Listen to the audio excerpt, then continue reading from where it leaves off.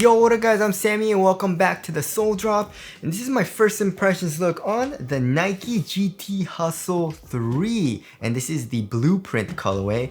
And of course we got the GT Hustle 2 right over here. And the GT Hustle 2 was a pretty nice performer. Not my favorite because the traction was a little lacking. But overall a very nice performer. And this shoe retailed for 170 bucks, but it's on sale for like 140 bucks. So if you do want to cop either of these shoes, I'll try to leave the affiliate link in the description box, and it does help me out if you do choose to get either of these shoes if you buy from the affiliate link in the description box, or the product pictures underneath this video, or I'll try to put links in the corners inside of the video. And as always, thank you guys so much for all the support. But yeah, this was 170 bucks and they raised the price by a crap ton. You know, 20 bucks. This shoe is freaking 190 bucks, guys. Oh my goodness, like who wants to pay 190 bucks for a hoop shoe, guys? That's just too expensive in my personal opinion. So and they raised it by 20 bucks. That's kind of crazy, right? But Wemby is playing in this shoe and he was wearing the GT Hustle 2.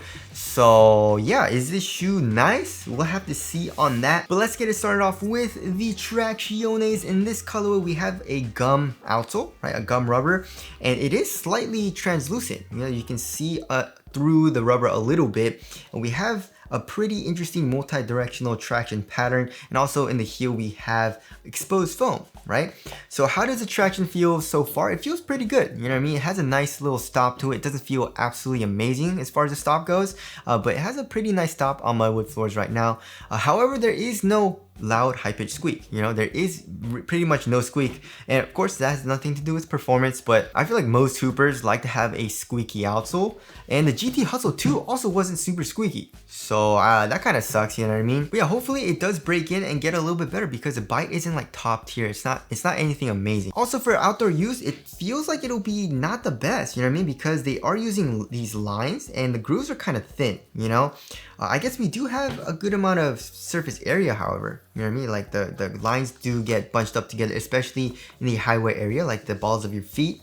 But it's just kind of like very, very thin, and it's kind of pliable, you know? So it moves pretty easily when I try to move it with my fingers. So I feel like if you're gonna play on outdoor court, it might rip off a little bit with these lines, so just be careful with that. But the traction right now is feeling pretty good, you know, nothing amazing.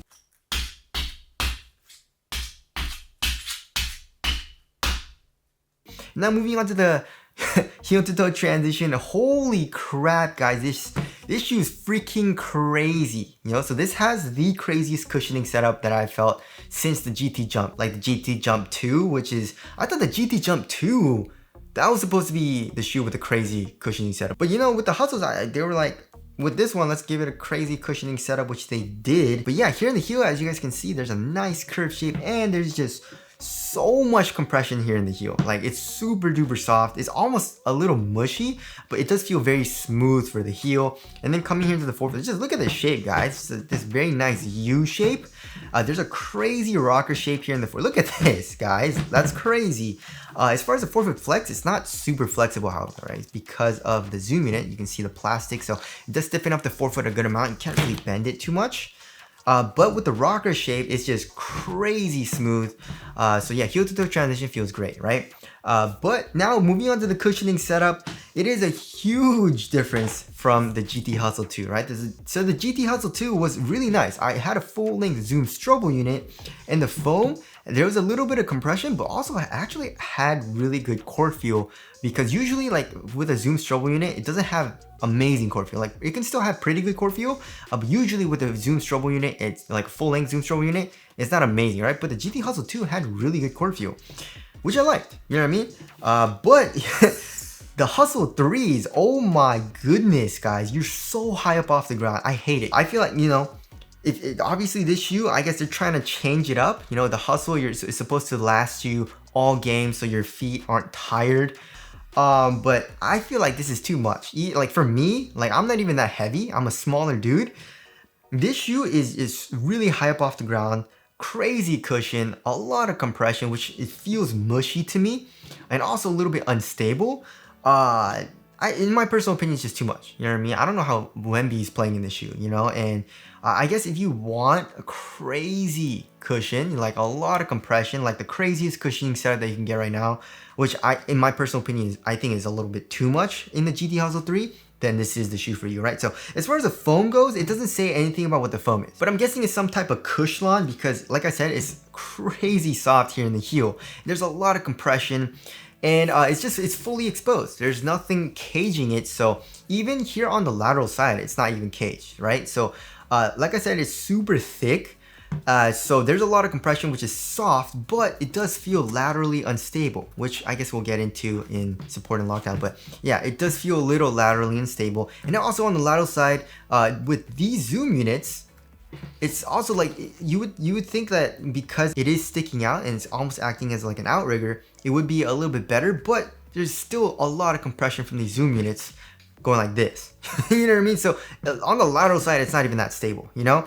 Also for the cushioning setup, it's absolutely insane for the zoom unit, right? So first of all, the insole, they don't really say anything about the insole and like what type of foam they're using, but it's almost like a drop-in, almost, you know? It's like the thinnest drop-in midsole I've ever seen, which is kind of funny. But it acts like a drop-in midsole, you know, and it has this pretty nice texture to it with these like nubs on it. That does improve like the texture and make it a little bit stickier and improve the lockdown. But yeah, there's also a little bit of thickness to it as well, which I do like, right? And then for the strobe board in the heel, it's just a stiffer strobe board, so nothing amazing, but I do like the insole. It does improve the step and comfort in the heel, right? But then in the forefoot, we have a forefoot zoom strobe unit. And then underneath that, we have this zoom unit. So it's in the shape of a horseshoe and they're calling it the Mustang zoom unit, which is pretty interesting, right? But yeah, it is kind of articulated. It's separated here on the lateral side and combined, or it's like one piece here on the medial side. But yeah, there's a lot of compression. There's a lot of compression from that, and also a lot of compression and bounce in the forefoot from the zoom strobe unit because it's just fully exposed zoom, right? But like from my experience with zoom strobe units in the forefoot, I really didn't like it. Like for example, like in the Kyrie Infinity, I didn't like it, or the Kyrie 8. Also, I didn't really like it in the GT runs, I believe, in like the first ones. It's just too much, you know what I mean? But one thing that I do like that they did here in the Hustle 3s is that with this kind of like foam, like drop-in midsole almost, it is a little bit stiffer and thicker, especially in the forefoot, right? So it doesn't feel as unstable to me comparing it to like other shoes that had the forefoot zoom strobe unit. So I do like that, right? But it's still crazy. There's just so much compression and bounce still in the forefoot and also in the heel. It's really comfortable. It almost reminds you of like one of the crazier like running shoes, you know what I mean? Like from Nike. Like if you've ever tried a crazy running shoe from Nike, it's just high up off the ground and just the cushion super soft. That's what it kind of reminds me of here in the GT Hustle 3, which in my personal opinion is not the ideal or optimal cushioning setup for a basketball shoe, right? So there is a cushioning setup there. Moving on to the upper. So the upper is pretty nice. They bring back knit, right? And they're calling this the radial knit upper. And it almost feels like it's like TPU strands, like plastic strands that they're using and they sew together. And it's really, really thin. It's really thin, but also very supportive. There's actually not that much stretch to it. And the quality of the material feels so much better than the GT Hustle 2. Like this was crap. Like I don't know what they were thinking for this shoe. For 170 bucks even, like this is so bad for quality. The 3 just feels so much better for quality. It feels thin, supportive, and also ventilation is absolutely amazing. You have good airflow basically throughout the entire upper. Look at this, you know what I mean? So here in the midfoot area, however, like around the eyelets, the knit material actually does get a little bit thicker, which is pretty nice. Also, we do have the swoosh. It is this plastic material as well, and it looks pretty cool for the design. You know, it's like dots. It's kind of like pointillism art. Yeah, it feels a little bit more supportive here in the midfoot, but here in the toe box, it's really, really thin and soft. For the tongue, we have like an average amount of padding, which is okay. And also, one thing I don't like about the tongue, however, is that it's an independent tongue. So for most modern basketball shoes, they use half booty construction tongues. So that pretty much means like the tongue is connected to another material that goes underneath this entire upper. So it gives you better fit, and also it keeps the tongue in place, right? But here in the GT Hustle 3, because it is an independent tongue, the tongue kind of folds in on itself like this. So when I put on the shoe, it kind of folds in like this, and I have to kind of like fix it, which is kind of annoying. You know what I mean? I mean, that has nothing to do with a little bit to do with performance, like for the fit, but That's kind of annoying, you know what I mean? So that's something I don't like. Here in the ankle area, there's an average amount of padding, you know, like on the sides, we have an average amount of padding as well as in the back of the heel. And there is a nice cupped shape as well. It says GT here in the back of the heel as well. So the overall material feels really nice for the quality and it feels great on foot. I just don't like the independent tongue, right? And now moving on to the fit. So I went true to size and this shoe fits me freaking snug, right? So my toes go literally right to the edge of the shoe. Also here in the toe box, it is quite snug. And width-wise, I would say it's slightly narrow, right? So for the GT Hustle 2, I went up half a size and there is a little bit of length, but it was still a really nice snug fit for me. So yeah, if you want an extremely snug fit, then go true to size. But if you want it to be a little bit more relaxed, then go up half a size. But honestly, with this knit, it'll probably stretch out and get a little bit roomier as well. So for me, I don't really mind it all too much. You know, I have faith that it'll get a little bit roomier, right? So if you have a wide foot or you wanna be a little bit on the safer side of things, go up half a size. But like I said, with this knit upper, I feel like it'll stretch out, right? So there's that. Moving on to the support and lockdown. So yeah, so for lateral containment, we pretty much have nothing here in the forefoot. You know what I mean? Like, I guess they do thicken up the radial knit. It does feel a little bit more supportive right here. But there's no lateral counters. Like, the foam doesn't come up really at all. So we'll have to see on how good the lateral containment is here in the forefoot. Here in the heel, of course, we have the foam coming up, acting as a sidewall, and an internal TPU heel counter. So you're covered here, but in the forefoot, we'll have to see on that. And also, like I said, for lateral stability, it's terrible. So hopefully I don't roll my ankles in these, but I'm not really experiencing any type of heel slippage, so that's good, right? Now moving on to the weight of the shoe. This shoe doesn't feel super heavy, but also not super light. I'm guessing like average weight, like 11, 12 ounces?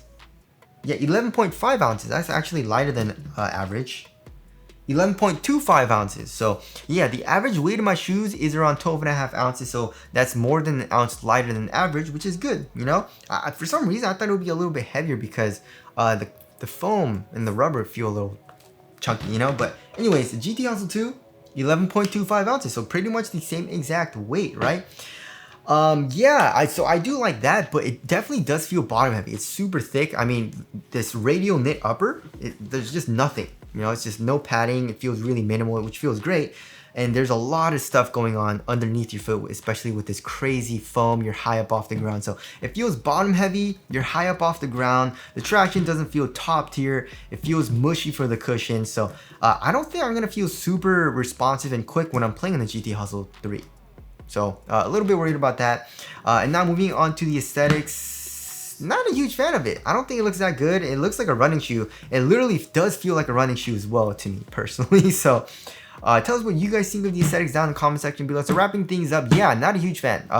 Too much going on for the cushion. You know, I don't know why they changed it up so much from the GT Hustle 2. Like it was low to the ground, but also had good bounce from the full length zoom strobo unit. But they changed it up so much here in the 3, and it's just too much for me personally. I feel like a lot of people will say the same thing.